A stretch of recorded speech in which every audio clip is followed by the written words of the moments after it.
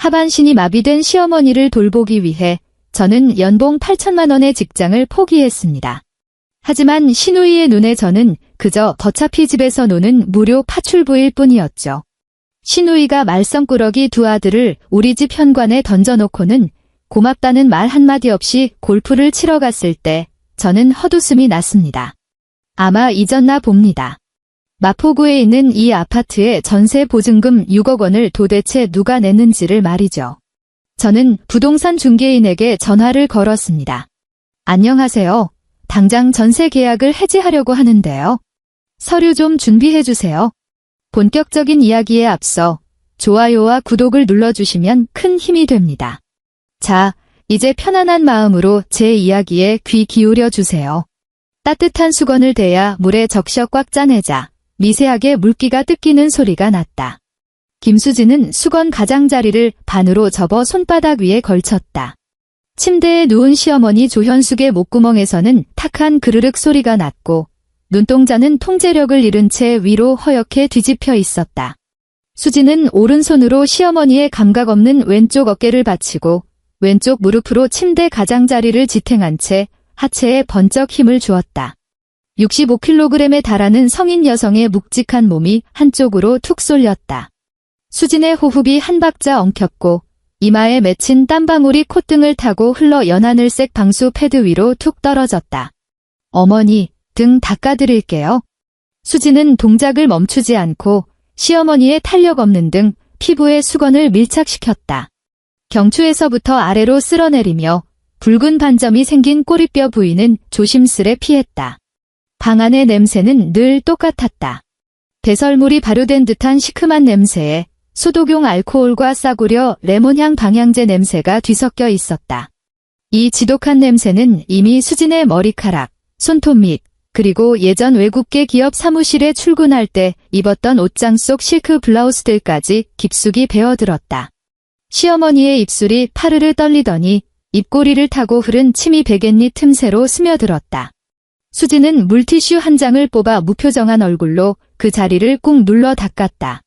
불과 3개월 전만 해도 수진은 글로벌 기업의 인사부 과장으로 연봉 8천만 원을 받던 사람이었다. 시어머니가 주방에서 뇌출혈로 쓰러졌던 그날, 남편 박민혁은 중환자실 앞 플라스틱 의자에 주저앉아 수진의 손을 붙잡고 엉엉 울었다. 눈물이 수진의 블라우스 소매를 흠뻑 적셨다. 딱 반년만. 민혁의 목소리는 사시나무 떨듯 떨렸다. 수진아, 요양보호사들은 노인을 사람 취급도 안 한대. 내가 먼저 무급 휴직 좀 내고 엄마 상태가 안정되면 그때 바로 전담 간병인 구하자. 내가 맹세할게. 수진은 더러워진 수건을 플라스틱 대야에 던져 넣었다. 철썩. 물보라가 일며 수진의 홈웨어 바짓단에 튀었고 젖은 천이 발목에 달라붙어 서늘한 기운을 풍겼다. 수진은 대야를 들고 화장실로 향했다. 거실을 지나칠 때 힐끗 본 벽시계는 아침 7시 15분을 가리키고 있었다. 주방 싱크대 위에는 채 썰다 만 애호박과 연두부 반모가 놓여 있었다.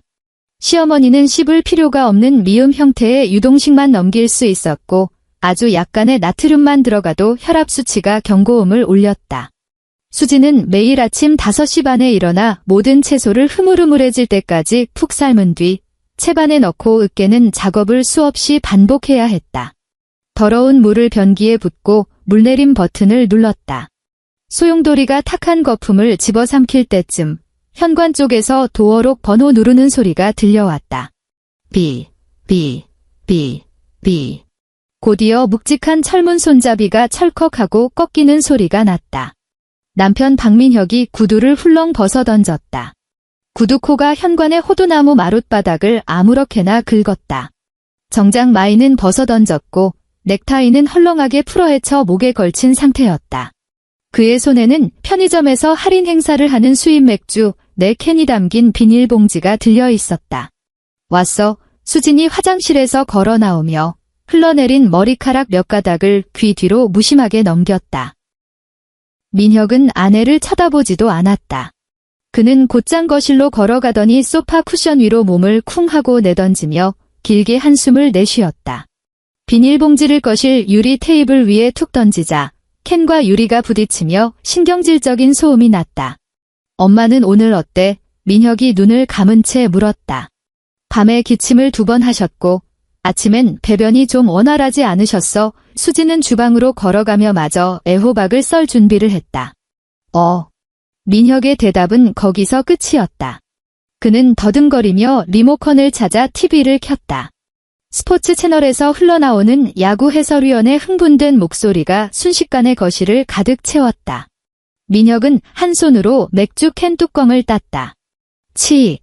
하얀 거품이 흘러넘쳐 그가 외국계 기업에서 과장님 소리를 들으며 입고 다니던 회색 정장 바지 위로 뚝뚝 떨어졌다.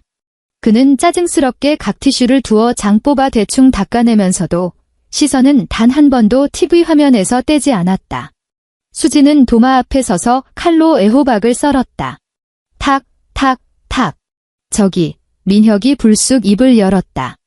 해설위원의 고함을 뚫고 나오는 목소리였다. 나 내일 거래처 갈 때 입을 네이비색 셔츠는? 옷장에 걸려있던데 왜 다 구겨져 있어? 허공에 떠있던 칼날이 멈칫했다. 수진이 고개를 돌렸다. 민혁은 고개를 젖혀 맥주를 벌컥벌컥 들이켜고 있었다.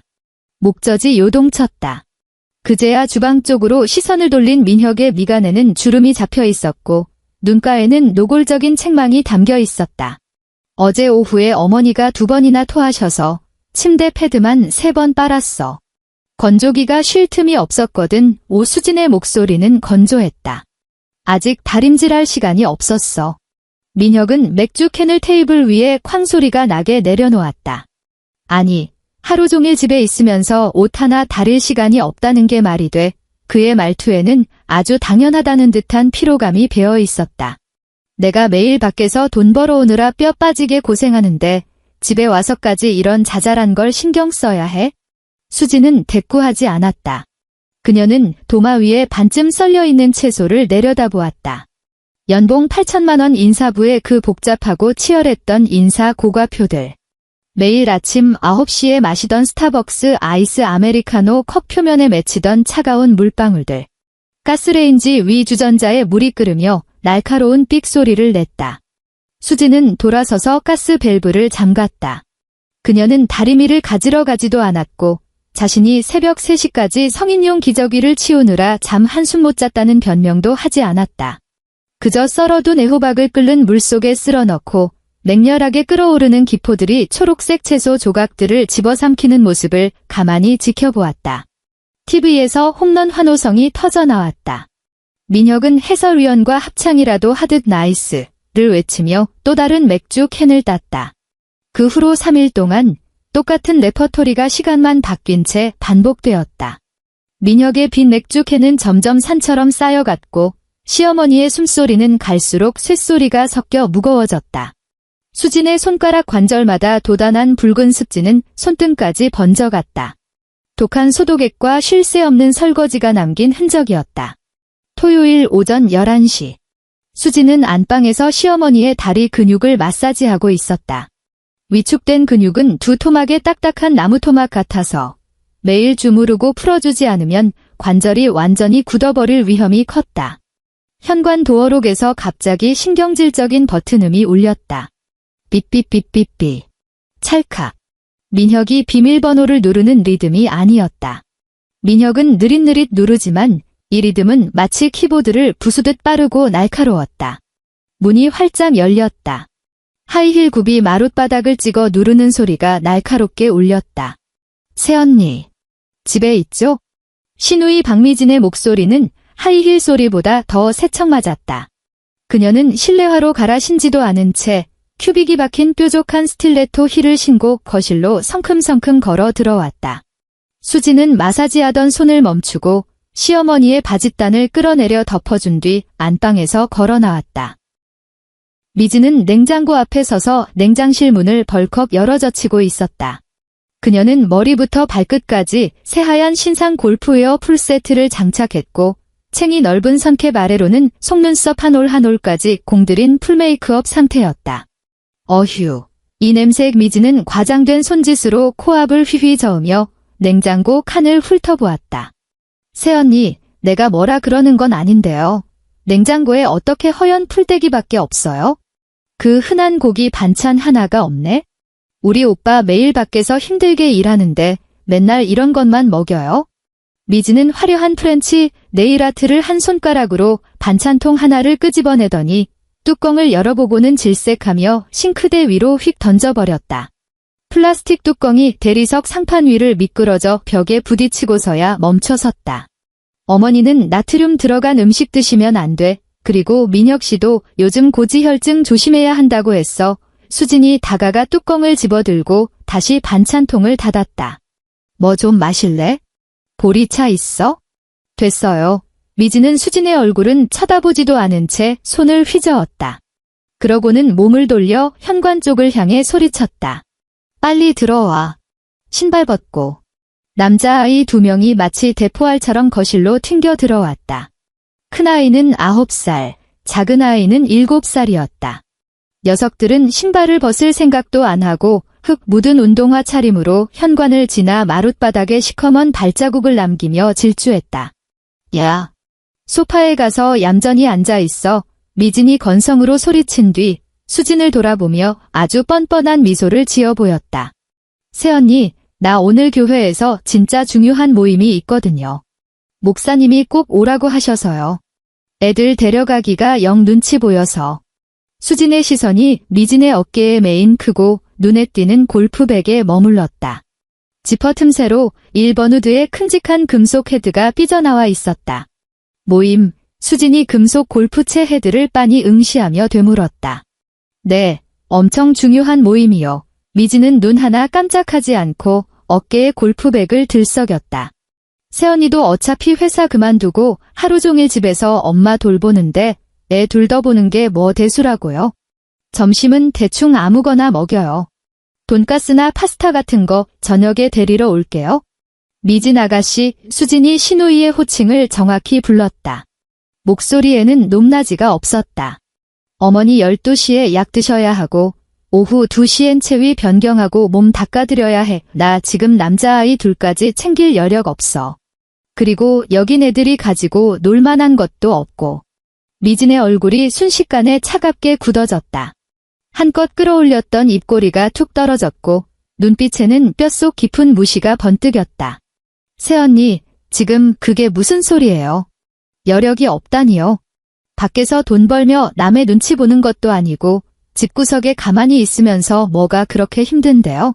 게다가 언니 친조카들이잖아요. 잠깐 봐주는 게 뭐 어때서요? 우리 오빠 혼자 뼈 빠지게 돈 벌어서 먹여 살리는데 오빠가 구한 전셋집에서 편하게 지내면서 이깟 일 하나 못 해준다는 거예요? 미지는 속사포처럼 쏘아붙이며 수진이 끼어들 틈조차 주지 않았다. 그러는 와중에도 그녀의 발걸음은 이미 현관문을 향하고 있었다. 엄마는 그냥 들여다보기만 하면 되잖아요. 사내 애들이 좀 극성 맞은 건 당연한 거니까 언니가 그냥 신경 쓰지 마요. 나 시간 늦었어. 먼저 가요. 현관문이 쾅 소리를 내며 닫혔다. 순식간에 거실에는 TV에서 흘러나오는 애니메이션 소리와 두 사내 아이가 소파 위에서 쿵쾅거리며 뛰어다니는 소리만 남았다. 수지는 주방과 거실의 경계선에 우두커니 섰다. 그녀의 시선은 싱크대 위에 내팽개쳐진 반찬통에서 시작해 마룻바닥에 선명하게 찍힌 시커먼 흙발 자국을 거쳐 소파 쿠션을 무기 삼아 서로를 후려치고 있는 두 조카에게 멈췄다. 형아, 내 공격을 받아라. 7살짜리 조카가 거실 테이블 위에 있던 묵직한 도자기 과일 접시를 집어들더니 9살 형을 향해 있는 힘껏 집어 던졌다. 도자기 접시는 목표물을 빗나가 소파 등받이를 훌쩍 넘어가더니 반쯤 열려있던 안방 문틈 사이로 쏙 날아갔다. 챙그랑.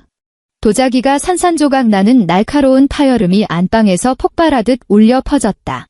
곧이어 시어머니 조현숙의 목구멍 깊은 곳에서 극도로 처절한 끄윽 하는 소리가 터져나왔다.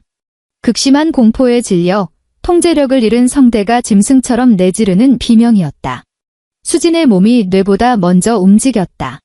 안방으로 뛰어들어갔다. 도자기 접시는 침대 협탁을 직격했고 날카로운 파편들이 사방으로 튀어 있었다. 그중 큰 파편 하나가 시어머니의 베개 바로 옆에 떨어져 있었다. 조현숙의 눈동자는 미친 듯이 돌아가고 있었고 유일하게 움직일 수 있는 멀쩡한 오른손은 허공을 향해 무의미하게 허우적거렸다.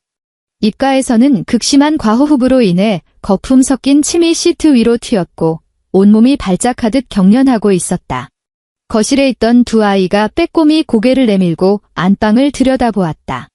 놀라기는커녕 일그러진 외할머니의 얼굴을 손가락질하며 낄낄거리기 시작했다. 야, 외할머니 얼굴 좀 봐. 좀비 같아. 좀비다. 좀비. 귀를 찢는 듯한 웃음소리. 수지는 침대 곁에 우두커니 섰다. 바닥에 흩어진 도자기 파편을 줍지도 않았고 경련을 일으키는 시어머니를 달래지도 않았다. 그저 고개를 숙여 붉은 습진으로 뒤덮인 자신의 굵고 거칠어진 손가락 마디마디를 내려다볼 뿐이었다. 물이 끓는 점표를 넘었다. 수면 아래 억눌려 있던 기포들이 마침내 표면을 뚫고 미친 듯이 소용돌이치며 격렬한 끓는 소리를 냈다.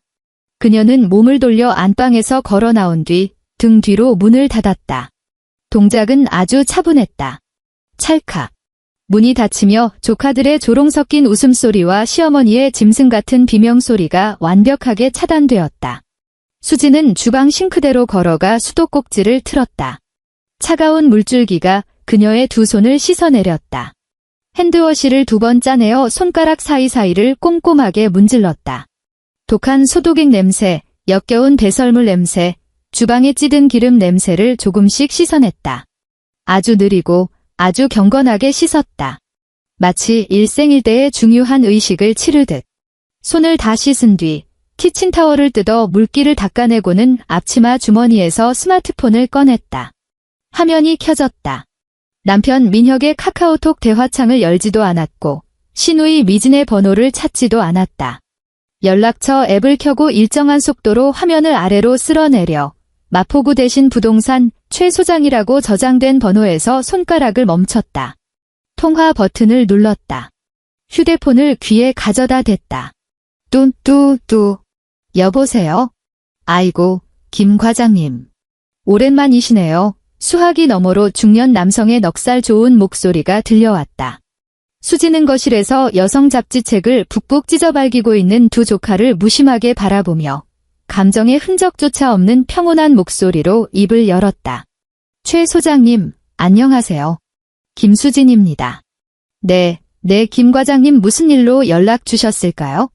마포구 그 전셋집에 무슨 문제라도 생겼나요? 문제는 없습니다. 수진이 말했다. 그 아파트 전세 계약 당장 해지하겠습니다. 지금 즉시요. 전화기 너머로 2초간 정적이 흘렀다. 최 소장의 목소리에 당황한 기색이 역력했다. 해지요. 아니, 계약 기간이 아직 1년 반이나 남았잖아요. 지금 당장 빼겠다고 하시면 집주인 쪽에서도 보증금 돌려줄 시간적 여유가. 그 집 전세 보증금 6억 원. 제 결혼 전 개인 자금으로 전액 지불한 거 아시죠? 수진이 그의 말을 잘랐다. 계약서 특약사항에 분명히 명시되어 있습니다. 임차인이 중도 해지를 원할 시 한 달치 이자 상당액을 위약금으로 포기하면 즉시 해지 가능하다고. 그 위약금 제가 포기하겠습니다. 요구사항은 딱 하나입니다. 오늘 오후 3시 전까지 계약 해지 합의서 준비해서 아파트로 와주세요. 오늘 오후요. 이건 너무 갑작스러운데요. 김 과장님. 농담하시는 거 아니죠? 농담 아닙니다. 만약 집주인이 오늘 당장 해지 확인서에 도장 찍고 3일 내로 보증금 반환하겠다는 약속을 못하겠다고 하면 제 담당 변호사 통해서 즉각 부동산 가압류 신청 들어갑니다. 최 소장님, 지금 당장 집주인한테 연락하세요. 그녀는 상대방의 대답을 기다리지 않고 전화를 뚝 끊어버렸다. 두 조카는 이미 잡지책을 갈기갈기 찢어 마치 눈을 뿌리듯 허공에 흩날리고 있었다. 종이 조각들이 소파 위로, 카페트 위로, TV 거실장 위로 난장판을 만들며 떨어졌다. 수지는 그쪽은 눈길도 주지 않은 채 다시 스마트폰 브라우저를 열어 검색창에 무언가를 입력했다. 화면을 내리자 강남구에 위치한 최고급 사설로인 전문 요양센터의 홈페이지가 떴다. 웹페이지에는 굵은 글씨로 비용이 명시되어 있었다. 1인 특실 집중 케어룸, 월 기본료 500만 원, 24시간 전문 요양보호사 상주, 특수의료비 별도. 그녀는 홈페이지에 적힌 상담 번호를 눌렀다. 안녕하세요. 늘 푸른 프리미엄 요양원입니다. 안녕하세요.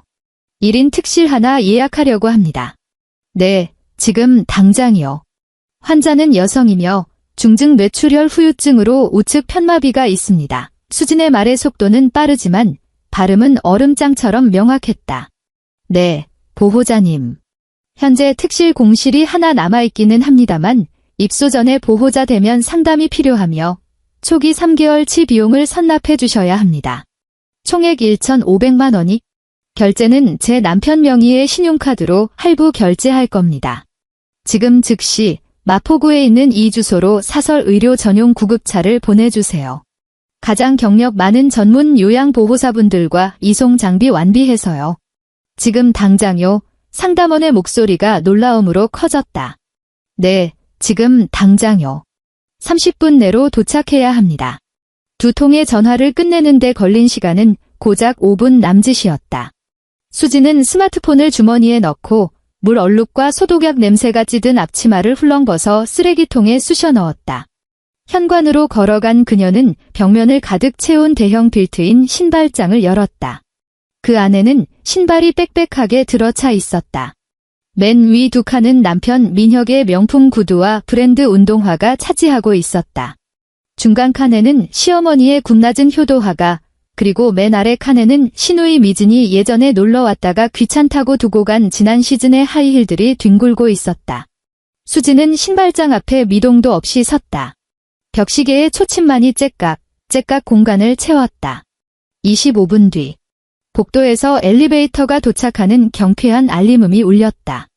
이어 어수선하면서도 묵직한 발걸음 소리가 다가왔다. 딩동, 딩동. 초인종이 신경질적으로 울렸다. 소파 위에서 종이를 찢어발기던 두 조카가 동작을 멈추고 현관문 쪽을 바라보았다. 수지는 인터폰 화면을 확인하지도 않았다. 그녀는 곧바로 현관문 손잡이를 꽉 쥐고 아래로 꺾어 문을 활짝 열어젖혔다. 문 밖에는 3명의 남자가 서 있었다. 가장 앞에는 이마에 땀이 송글송글 맺힌 부동산 최 소장이 누런 서류 봉투를 꽉 쥔 채 서 있었고 그 뒤로는 단정한 검은색 정장 차림에 하얀 면장갑을 낀 남자 2명이 서 있었다. 그들의 가슴에는 늘 푸른 요양원이라는 명찰이 달려 있었고 곁에는 특수 접이식 휠체어가 대기하고 있었다. 김 과장님 최 소장이 이마에 땀을 훔치며 입을 열었다. 집주인이랑은 연락이 닿아서 서류는 받아왔는데 이게 참... 잠시만요. 수진이 그의 말을 잘랐다. 그녀는 몸을 돌려 거대한 신발장을 마주 보았다. 현관문이 활짝 열린 채 복도의 바람이 집 안으로 밀려 들어와 거실 바닥에 흩어진 종이 조각들을 허공으로 흩날렸다. 소파에서 미끄러져 내려온 두 조카는 평소 큰 소리 한 번 내지 않던 순에 빠진 외숙모의 낯선 뒷모습을 멍하니 쳐다보았다. 수진이 손을 뻗었다. 그녀가 집어든 것은 자신의 신발이 아니었다. 수진의 거칠어진 손은 민혁이 가장 아끼는 80만 원짜리 수제 검은색 옥스퍼드화의 뒤축을 정확히 움켜쥐었다. 손목이 바깥쪽으로 스냅을 주며 튕겨졌다. 고급 가죽 구두가 허공에 포물선을 그리더니 문 밖에 서 있던 최 소장의 어깨를 훌쩍 넘어 공용복도 바닥에 퍽하고 처박혔다. 구두 굽이 대리석 바닥에 부딪히며 소름 끼치도록 경쾌한 마찰음을 냈다. 곧바로 두 번째 구두가 날아갔다. 수진의 동작에는 일말의 망설임도 없었다. 시어머니 조현숙의 말라붙은 흙먼지가 묻은 효도화를 쥐어 던졌고 이어서 신발장 공간만 엄청나게 차지하던 시누이 박미진의 유행진한 하이힐들을 집어 던졌다. 뾰족한 굽들이 허공에서 서로 부딪히며 둔탁한 소리를 냈고 바닥에 떨어질 땐 큐빅이 대리석을 긁으며 하얀 스크래치를 남겼다. 최 소장은 기겁하며 본능적으로 뒷걸음질을 쳤고 손에 쥔 서류 봉투를 가슴팍으로 바짝 끌어당겼다. 검은 정장을 입은 2명의 요양원 직원들 역시 문밖에서 얼어붙은 채 휠체어를 밀려던 손을 허공에 멈췄다. 하얀 장갑이 복도의 차가운 형광등 불빛 아래서 유난히 도드라져 보였다. 거실에서 잡지책을 찢으며 광분하던 두 아이는 쥐죽은 듯이 조용해졌다. 7살 난 꼬마는 손에 찢다 만종이 조각을 쥔 채 입을 반쯤 벌리고 평소 쓴소리 한 번 못하던 외숙모의 난동을 멍청한 표정으로 쳐다보았다. 김 과장님, 최 소장이 마른 침을 꿀꺽 삼켰다. 수지는 그를 쳐다보지도 않았다. 신발장 아래 두 칸은 이미 텅 비어 있었다. 그녀는 몸을 돌려 거실 바닥을 뒤덮은 쓰레기장 같은 종이 조각들을 넘어 문밖의 요양원 직원들을 응시했다. 환자는 안방에 있습니다. 수진이 반쯤 열린 방문을 턱으로 가리켰다. 중증 뇌출혈 후유증으로 우측 편마비 상태입니다. 침대에서 옮기실 때 왼쪽 관절 다치지 않게 각별히 주의해주세요. 두 직원은 즉시 당황한 기색을 거두고 직업적인 표정으로 휠체어를 밀며 현관 턱을 넘어섰다. 고무바퀴가 호두나무 마룻바닥과 종이 조각들을 지식이며 굴러가는 소리가 났다. 직원들이 안방으로 들어가자 이내 조현숙의 공포에 질린 짐승 같은 비명과 웅얼거리는 반항 소리가 터져나왔다. 수지는 거실 테이블로 다가가 서랍을 열고 짙은 갈색 가죽 지갑을 꺼냈다. 남편 박민혁의 지갑이었다. 그 안에는 생활비 결제용으로 연동해둔 신용카드들이 꽂혀 있었다. 엄마. 외숙모가 신발 다 내다 버렸어. 9살짜리 큰조카가 그제야 정신을 차린 듯 소파에서 펄쩍 뛰며 문밖의 구두 무더기를 손가락질하며 새액새액 소리를 질렀다. 수지는 검은색 신용카드 한 장을 쏙 빼내고 지갑을 다시 서랍 안에 휙 던져 넣었다. 그러고는 고개를 돌려 두 아이를 무표정하게 바라보았다. 현관 밖으로 나가 목소리는 크지 않았지만 뼛속까지 얼어붙게 만드는 절대적인 명령조였다. 아이들은 꼼짝도 하지 않았다. 수진이 성큼성큼 다가가 양손으로 아이들의 뒷덜미 옷깃을 하나씩 움켜쥐었다. 독한 소독약물에 퉁퉁 불어 마디가 굵어진 그녀의 손가락은 거칠고 억셌다. 아이들이 발버둥 치며 반항했지만 수진의 악력은 상상을 초월했다. 65kg에 육박하는 성인을 매일 뒤집고 들어올리며 단련된 실전 근육이었다. 그녀는 두 아이를 바닥에 질질 끌다시피 현관으로 잡아당겨 문밖 복도로 냅다 밀쳐버렸다. 아씨, 뭐 하는 거야? 큰조카가 복도에서 비틀거리다 민혁의 가죽 구두를 밟고 삐끗하더니 독이 바짝 오른 눈으로 수진을 쏘아보았다. 여기서 얌전히 기다려. 너희들 엄마 금방 올 테니까. 안방 문이 활짝 열렸다. 두 요양보호사가 앞뒤로 서서 들것에 눕혀진 조현숙을 조심스럽게 들고 나왔다. 노인의 두 눈깔은 여전히 공포로 미친 듯이 굴러가고 있었고 비뚤어진 입가로는 침이 폭포수처럼 흘러 턱을 적셨다. 노인이 특수 이송 휠체어에 단단히 고정된 채 거실을 가로질러 나갈 때 유일하게 움직이는 왼쪽 손이 갑자기 발작하듯 수진을 향해 허공으로 뻗어나왔다. 주름진 손가락이 허공을 허우적거리며 무언가를 잡으려 애썼다. 수진은 그 자리에 미동도 없이 서 있었다. 뻗어오는 손끝과 그녀의 거리는 불과 50cm도 되지 않았다. 그러나 수진은 그 손을 맞잡아주지 않았다. 그녀의 두 손은 곁에 차분하게 늘어뜨려져 있을 뿐이었다. 보호자님, 결제 도와드리겠습니다. 리더격인 직원이 조끼 주머니에서 무선 카드 단말기를 꺼내 들었다. 수진이 민혁의 카드를 건넸다. 1인 특실 3개월 선납 비용에 사설 구급차 출동 비용 포함하여 총 1,530만 원입니다. 직원이 익숙한 손놀림으로 단말기 버튼을 눌렀다. 할부 어떻게 해드릴까요? 12개월이요. 삐비. 단말기에서 길쭉한 영수증이 뱀처럼 혀를 내밀며 출력되었다. 수지는 펜을 건네받아 서명란에 박민형이라는 세 글자를 거침없이 휘갈겼다. 필체는 서슬 퍼렇게 날이 서 있었다. 카드를 돌려받아 주머니에 찔러 넣은 수지는 직원들이 휠체어를 밀고 나가 엘리베이터에 탑승하는 뒷모습을 가만히 지켜보았다. 조현숙의 목구멍에서 끓어오르는 그르륵 소리는 엘리베이터 문이 닫히며 완벽하게 잘려나갔다. 정막이 내려앉은 복도에는 눈치를 보는 최 소장과 멍하니 선 두 아이, 그리고 쓰레기 더미처럼 널브러진 신발들만이 남았다. 김 과장님 최 소장이 조심스럽게 서류 봉투를 내밀었다. 여기 집주인 도장 찍힌 해지 합의서입니다. 전세 보증금 6억 원에서 이번 달 미납 관리비랑 공과금 정산하고 남은 전액은 3일 이내에 예전에 등록해두셨던 과장님 개인 계좌로 입금될 겁니다. 수지는 봉투를 받아 서류를 쓱 꺼내보았다. 집주인의 인감을 확인한 그녀가 짧게 고개를 끄덕였다. 수고하셨습니다. 그녀는 한 걸음 뒤로 물러서며 현관문 안쪽 손잡이를 잡았다. 최 소장이 신발 무더기 위에 엉거주춤 앉아있는 두 아이를 보며 안절부절 못했다. 저기 그럼 이 아이들은 박민혁 씨네 귀한 핏줄들입니다. 수진이 건조하게 말했다.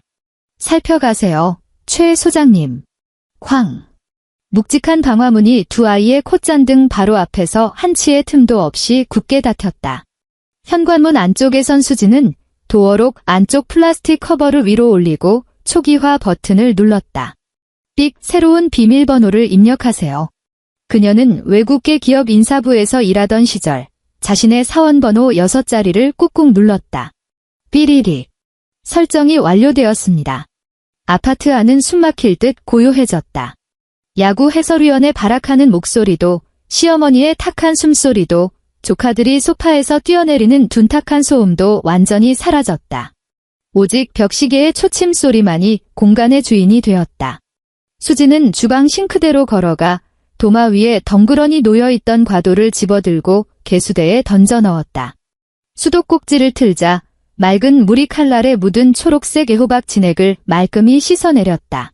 오후 1시 40분. 도어록에서 신경질적인 경고음이 울려 퍼졌다. 삐삐삐삐. 오류. 삐삐삐삐삐. 오류. 곧이어 주먹으로 철문을 부수려는 듯한 거친 타격음이 쏟아졌다. 쾅. 쾅. 쾅. 새언니. 김수진. 너 미쳤어. 당장 문 열어. 신우이 박미진의 찢어지는 듯한 고주파 비명이 방화문을 뚫고 들어와 텅 빈 거실을 울렸다. 수지는 수도꼭지를 잠갔다. 키친타월을 뜯어 손에 묻은 물기를 아주 천천히 꼼꼼하게 닦아낸 뒤 현관 쪽으로 걸어갔다. 그녀는 문을 여는 대신 벽에 달린 비디오폰의 통화 버튼을 눌렀다. 화면이 밝아졌다. 공들인 풀메이크업은 분노로 흉측하게 일그러져 있었고 미진의 얼굴이 카메라 렌즈에 닿을 듯 밀착되어 있었다. 골프용 선캡은 삐딱하게 돌아가 있었고 하얀 골프웨어 넥라인은 땀으로 얼룩져 있었다. 그녀의 양옆으로는 대성통곡을 하는 두 아들이 매달려 있었다. 너 지금 집구석에서 무슨 짓을 벌인 거야? 미진이 카메라를 향해 침을 튀기며 포효했다. 비밀번호는 왜 바꿨어? 내 새끼들을 왜 복도에 내동댕이 쳐?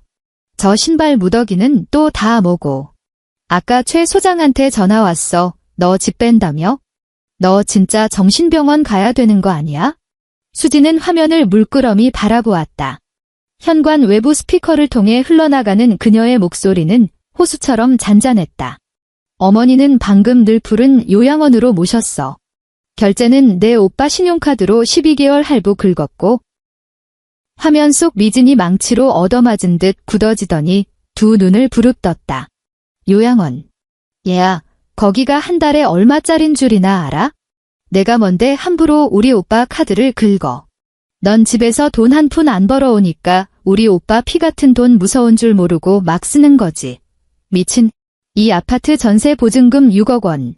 내 결혼 전 개인 통장에서 전액 이체한 내 돈이야. 수지는 마이크에 대고 글자 하나하나를 또박또박 내리꽂았다.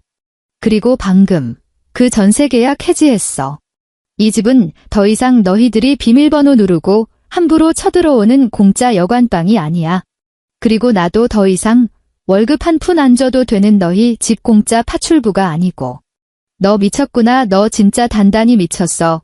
미지는 온몸을 부들부들 떨며 손가락으로 문틀을 후벼 팠다. 여긴 우리 오빠 집이야. 내가 보증금 좀 냈다고 이 집에서 상전 노릇할 수 있을 것 같아? 내가 지금 당장 오빠한테 전화해서 널 어떻게 조지는지 볼래? 당장 문 열어. 내 골프채 아직 저 안에 있단 말이야. 새로 하나 사시지. 수지는 미련 없이 종료 버튼을 눌렀다. 화면이 새까맣게 꺼지며 복도의 모든 소음이 차단되었다. 그녀는 몸을 돌려 안방으로 들어갔다. 옷장 구석 깊숙한 곳에서 검은색 기내용 캐리어를 끌어내어 바닥에 펼쳤다. 챙길 것은 오직 그녀 자신의 물건뿐이었다. 직장 생활을 할 때 입었던 빳빳한 실크 블라우스 몇 벌, 캐시미어 코트 2벌, 노트북, 그리고 서랍맨 밑바닥에 보관해 두었던 인사부 시절의 업무 노트들. 찌든 음식 냄새가 밴 홈웨어, 시어머니를 번쩍 안아 올리기 편하게 입었던 펑퍼짐한 트레이닝복들은 미련 없이 옷장에 버려두었다. 오후 2시 15분. 현관 밖에서 다시 묵직한 기척이 느껴졌다. 이번에는 거칠게 문을 부수는 소리 대신 다급하게 연타하는 초인종 소리였다. 딩동, 딩동, 딩동. 수지는 캐리어 손잡이를 잡고 현관으로 걸어갔다. 비디오폰 화면이 켜지고 이번에는 남편 박민혁의 얼굴이 나타났다. 평소 완벽하게 메고 다니던 넥타이는 쥐어뜯은 듯 사라졌고 포마드로 깔끔하게 넘겼던 머리카락은 땀에 젖어 이마에 들러붙어 있었다. 화면 너머로도 헐떡이는 숨소리가 들렸다. 눈은 핏발이 서 있었고 넥타이를 풀어 헤친 채 계단을 뛰어 올라온 것이 분명했다. 미진과 아이들은 보이지 않는 걸 보니 밑에 있는 차에 밀어넣고 혼자 올라온 모양이었다. 수지는 현관문 손잡이를 잡고 아래로 꾹 눌렀다. 문이 열렸다. 복도에 서늘한 바람이 밀려 들어왔다. 민혁은 쓰레기처럼 버려진 구두 무더기 한가운데 서서 캐리어를 쥔 아내를 보며 안면 근육을 미세하게 경련하고 있었다. 수지나 그가 마른 침을 꿀꺽 삼키며 어떻게든 집안의 가장다운 권위를 쥐어짜 내 목소리를 깔았다. 너 대체 무슨 억지를 부리는 거야? 수지는 묵묵히 그를 바라볼 뿐이었다. 미진이 말이 내가 엄마를 멋대로 요양원에 쳐넣었다고? 그것도 모자라서 신우이랑 어린 조카들을 복도로 내쫓아 민혁이 한 걸음 안으로 내디디며 바닥에 뒹굴던 어머니의 효도화를 지르밟았다. 아까 미진이가 울면서 전화했을 때 내가 얼마나 기가 막혔는지 알아? 본부장님 모시고 골프 라운딩 돌다가 그 전화 한 통 받고 불이 나게 달려온 내 꼴이 밖에서 얼마나 우스워졌는지 내가 아냐고. 요양원 주소는 당신 카톡으로 보냈어. 수진의 목소리는 나직했지만 얼음장처럼 차가웠다. 1인 특실에 24시간 전문 간병인 붙여놨으니 어머니 케어는 완벽할 거야. 지금 간병인이 문제가 아니잖아. 민혁의 목소리가 벼락처럼 높아졌고 목핏줄이 징그럽게 튀어나왔다. 우리 가족이잖아. 며느리가 돼가지고 하반신 마비된 불쌍한 시어머니를 어떻게 남의 손에 짐짝처럼 버릴 수가 있어? 너한테는 최소한의 동정심이라는 것도 없냐? 하루 종일 집에서 뒹굴면서 늙은 노인네랑 조카들 좀 돌보는 게 그게 그렇게 죽을 만큼 힘든 일이야? 수진이 그의 눈동자를 정면으로 쏘아보며 대답했다. 죽을 만큼. 민혁이 말문이 막힌 듯 멍해졌다. 순종적이던 아내가 이렇게 날선 눈빛으로 받아칠 줄은 상상도 못한 표정이었다.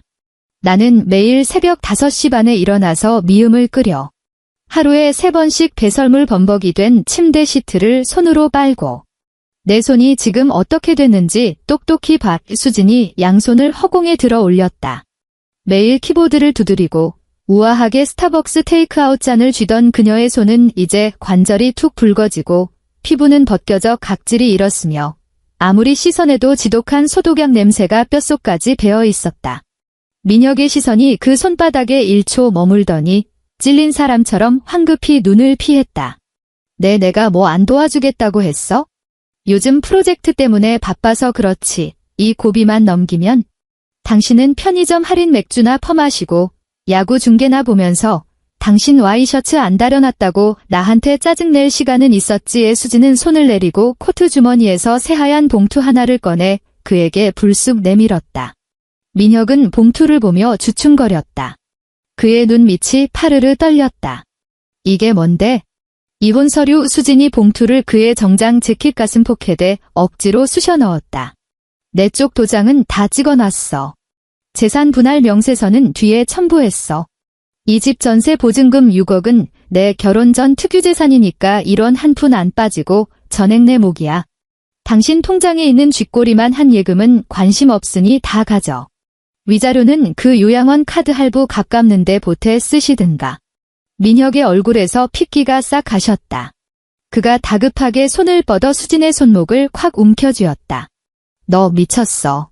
미진이가 애 좀 봐달라고 한 게 그렇게 억울해서 이혼을 해. 너 회사 때려치운 지 벌써 3개월이야. 지금 나이 35에 이력서 들이밀면 어디서 널 팀장으로 받아줄 것 같아. 김수진, 정신 차려. 나 아니면 넌 이 동네에서 방 한 칸 구할 돈도 없는 백수야. 그의 악력이 어찌나 센지 수진의 손목뼈가 으스러질 듯 아팠다. 수진은 자신의 손목을 움켜쥔 그 손을 가만히 내려다보았다. 불과 석 달 전 중환자실 밖 복도에서 제발 이 가정을 살려달라며 애원하듯 붙잡던 바로 그 손이었다. 이거 놔. 목소리는 덤덤했지만 민혁은 마치 불에라도 된 사람처럼 화들짝 놀라며 소나귀에 힘을 풀었다. 수진은 캐리어의 손잡이를 길게 뽑았다. 바퀴가 마룻바닥을 긁으며 둔탁하고 무거운 소리를 냈다. 우르르르. 최 소장님이랑 계약 해지 절차는 다 끝났어. 집주인이 3일 안에 내 계좌로 보증금 쏠 거야. 수진이 현관 턱을 넘어 복도로 나섰다. 당신 짐 뺄 시간 딱 3일 줄게. 3일 뒤엔 새 세입자가 집 보러 올 거야. 그때까지 안 비우면 용역 불러서 싹 다 폐기 처분할 테니까 알아서 해. 김수진, 현관문 안쪽에선 민혁이 절규하듯 소리쳤다. 더 이상 숨길 수 없는 처절한 공포가 섞인 목소리였다. 너 진짜 한 발짝이라도 나가기만 해봐.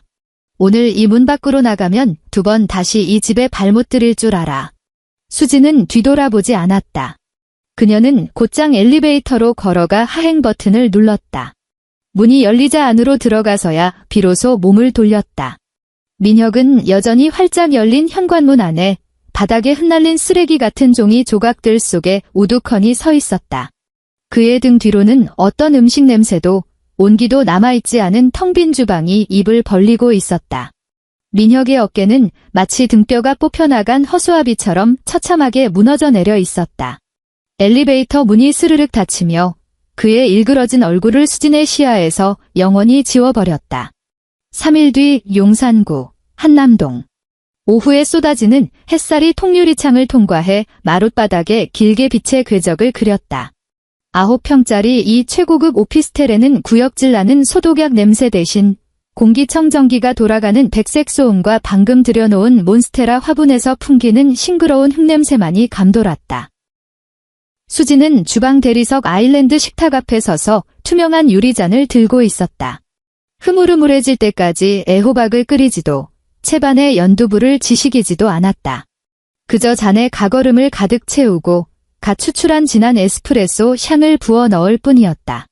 갈색 액체 속에서 얼음이 부딪히며 달그락거리는 경쾌한 소리를 냈다. 아일랜드 식탁 위에 올려둔 스마트폰이 짧게 진동했다. 새 이메일 알림이었다. 그녀는 잔을 내려놓고 화면을 밀어 올렸다. 발신자는 그녀가 다녔던 외국계 기업의 인사총괄 상무였다. 김수진 과장님, 복직 동의서 첨부해드립니다. 연봉은 퇴사 전 대비 15% 인상된 조건으로 상향 조정되었습니다. 다음 주 월요일 오전 9시 사무실에서 뵙기를 고대하겠습니다. 수지는 화면 속 텍스트를 눈으로 훑으며 엄지손가락으로 스마트폰 테두리를 가만히 문질렀다. 첨부 파일을 열어 전자 서명란에 자신의 이름을 정자로 적어 넣었다. 클릭. 전송. 메일이 전송 완료로 넘어간 바로 그 순간 스마트폰 상단에 카카오톡 단체방 알림이 미친 듯이 연달아 터지기 시작했다.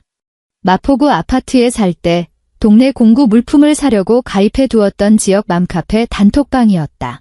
평소에는 쓸데없는 수다나 중고 거래 글만 올라오던 그 방의 메시지 숫자가 지금 폭포수처럼 쏟아지고 있었다. 헐, 대박. 이거 백이동 그 며느리 아니에요? 사람이 어떻게 저렇게 독해? 하반신 마비된 시어머니를 길바닥에 내쫓아? 저게 인간이야? 나 예전에 마트에서 본 적 있는데 되게 순하게 생겼더만 속이 시커멓네. 지금 맘카페 원문 난리 났어요. 신우이가 오빠는 지금 밥도 못 먹고 있다고 엄청 울면서 썼음. 수진의 눈빛이 차갑게 가라앉았다. 그녀가 단톡방에 올라온 링크를 누르자 대한민국 최대 규모의 지역 맘카페 커뮤니티 게시판으로 화면이 넘어갔다. 게시글 제목은 자극적인 빨간색 볼드체로 강조되어 있었다.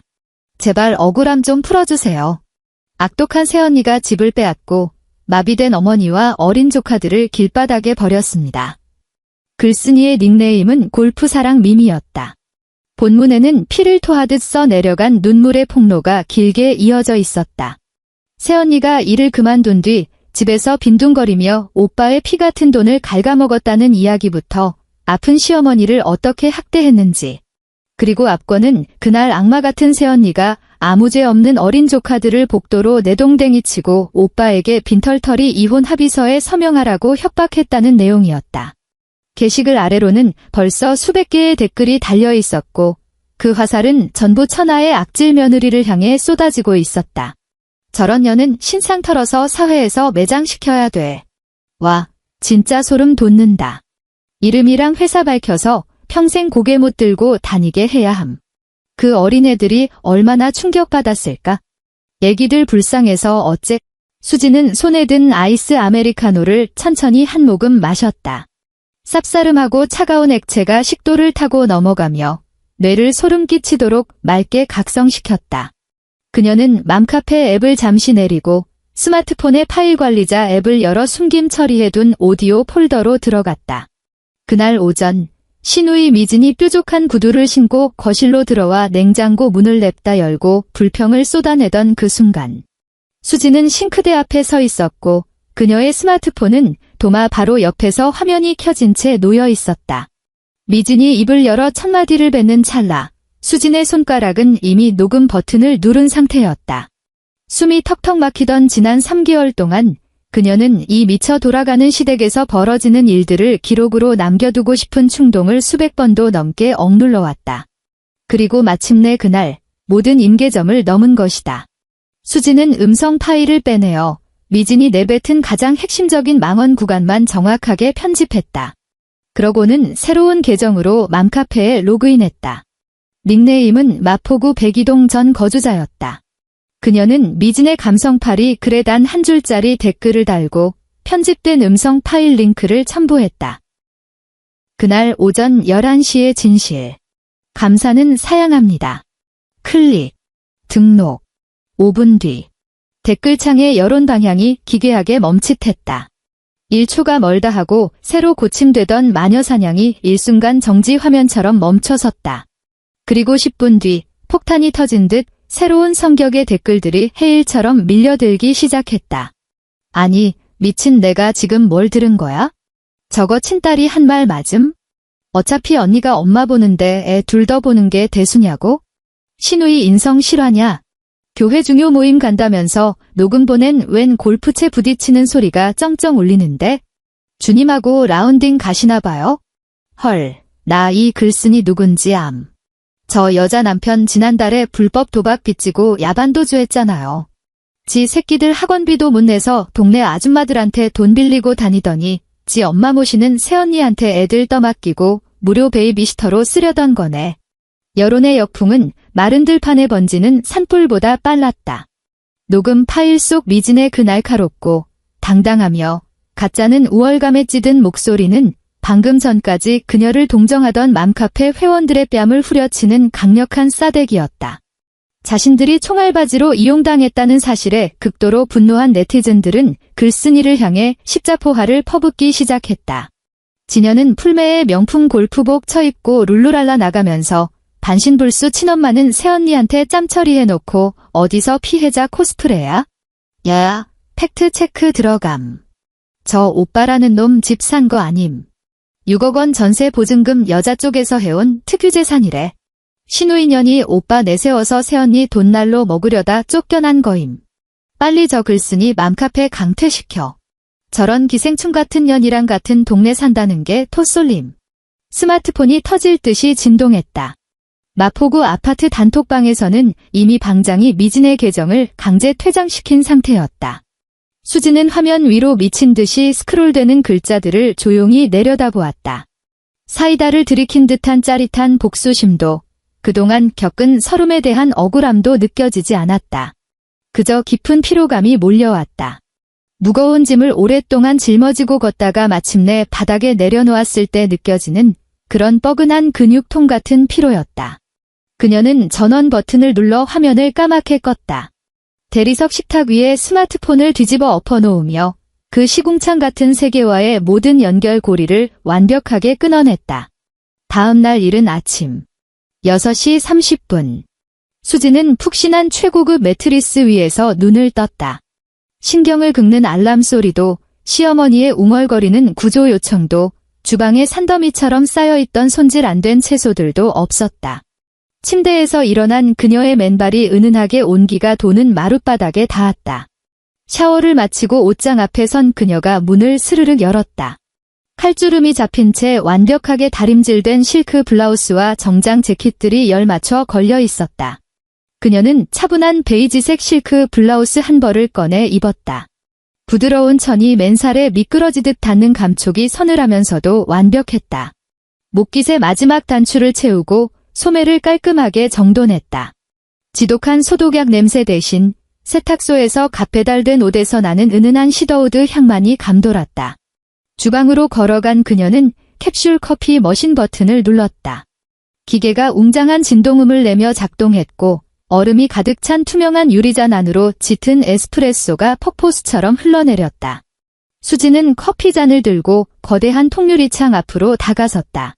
창밖으로는 서울의 찬란한 아침 풍경이 펼쳐져 있었다.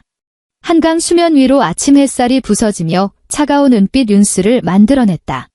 강변북로에는 벌써 출근길에 오른 차량들이 모여들기 시작해 붉고 하얀 헤드라이트가 긴 빛의 궤적을 그리고 있었다. 이 도시는 단 한순간도 멈추지 않고 돌아갔고 사람들은 저마다 살아남기 위해 치열하게 핸들을 쥐고 있었다. 그녀는 고개를 숙여 자신의 두 손을 내려다보았다. 손가락 마디마디에 붉게 피어올랐던 습진 자국이 아직 희미하게 남아있기는 했지만 더 이상 각질이 벗겨져 피가 맺히지 않았고 손톱 밑에 끼어있던 역겨운 산패취도 완벽하게 사라졌다. 이 두 손은 오늘부터 다시 몽블랑 만년필을 쥐고 수십억이 오가는 글로벌 기업 인사부의 결제, 서류를 넘기게 될 것이다. 유리잔 표면에 맺힌 차가운 물방울들이 하나둘 모여 무거워지더니 잔을 타고 주르륵 흘러내려 그녀의 손끝을 적셨다. 수지는 잔을 들어 입술에 댔다. 극도로 차가운 액체가 구강을 자극하고 식도를 타고 짜릿하게 흘러내리며 위장 끝까지 소름 끼치도록 선명한 냉기를 전해주었다. 그녀는 고개를 살짝 들고 창밖 한강 수면 위로 피어오르는 옅은 물 한 개를 응시했다. 잔 속의 얼음 조각들이 서로 부딪히며 아주 미세하게 달그락 소리를 냈다. 엔드.